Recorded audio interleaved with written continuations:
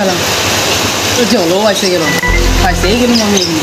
একটা বন্ধুর ঘর সামনে আসবো আপনি ফোন করে भाई आज ऑमलेट नहीं बनाऊंगा। হ্যালো हेलो রাজীব কোথায় আছিস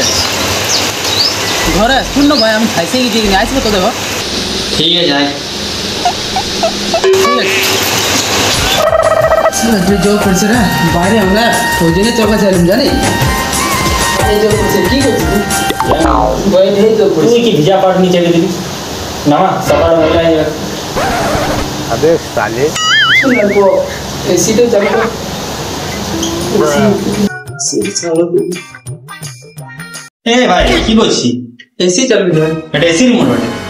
এট বটে এসি রিমোট সানা हम পড়ে খাইবি চল বস এসি তো চালু করে দিলাম না তবে জানলাটা খুলে দিয়েছি জানলা খুলে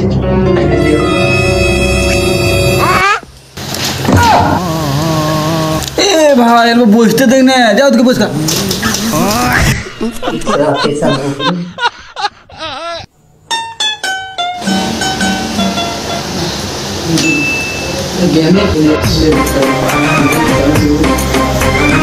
ए ভাই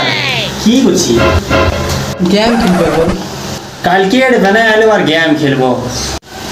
गजब कुछ है तोर घर में डेट फुटा नहीं माची ना तो घर दुकान ले ये साला डेट फुटा नहीं माची